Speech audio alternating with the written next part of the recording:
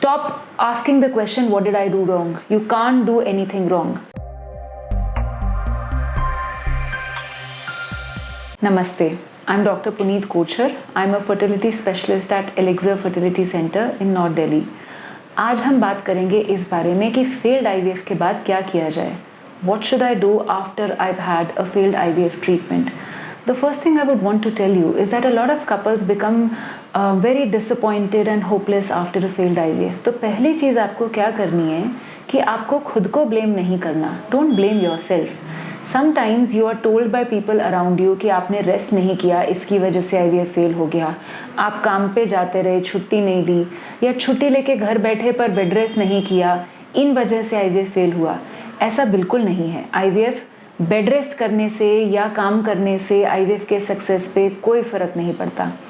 Also sometimes women are told कि आपने wait उठाए, वज़न उठाए, उसकी वजह से फेल हो गया, या आप किसी पार्टी में चले गए, थोड़ी आउटिंग हो गई, चलना फिरना ज़्यादा हो गया, आपने स्ट्रेस लिया ज़्यादा, आपने गर्म खाना खा लिया.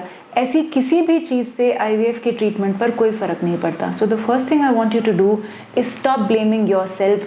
Stop asking the question, what did I do wrong? You can't do anything wrong. The second thing is, don't blame your doctor either.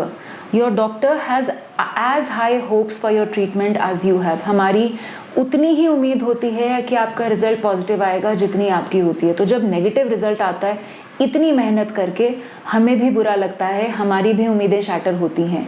Which is why what I would want to do is sit with my patient, sit with the couple and try to find out what went wrong. Usually क्या होता है कि आप और हम बैठकर analyse कर सकते हैं कि ट्रीटमेंट में कहाँ दिक्कत आई हो सकती है.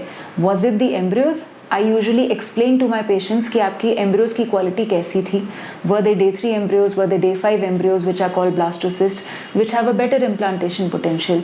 अगर blastocysts थे तो उनकी ग्रेडिंग कैसी थी, नहीं थे तो क्यों नहीं थे, blastocyst स्टेज तक क्यों नहीं लाया जा सका उनको, एग क्वालिटी कैसी थी, स्पर्म क्वालिटी कैसी थी.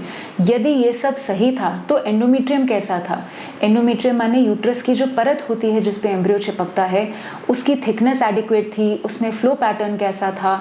आपको और कोई दवाइयाँ दी जा सकती हैं इसको इम्प्रूव करने के लिए, या क्या आपको हिस्ट्रोस्कोपी या बायोप्सी ऐसे किसी प्रोसीजर की ज़रूरत है जिससे आगे के ट्रीटमेंट में हेल्प मिले.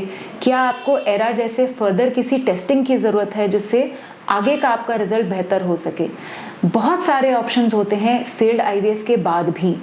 कई बार we advise that we move on to these options which are add-ons to what we did in your last treatment. There are times when we say कुछ ऐड नहीं करना, it could be a chance factor. So there are times that I've told my couples कि we don't need to change anything. Everything has been done, everything is perfect, and it's just a matter of time. Give yourself time, trust yourself, and trust your doctor. It should work the next time.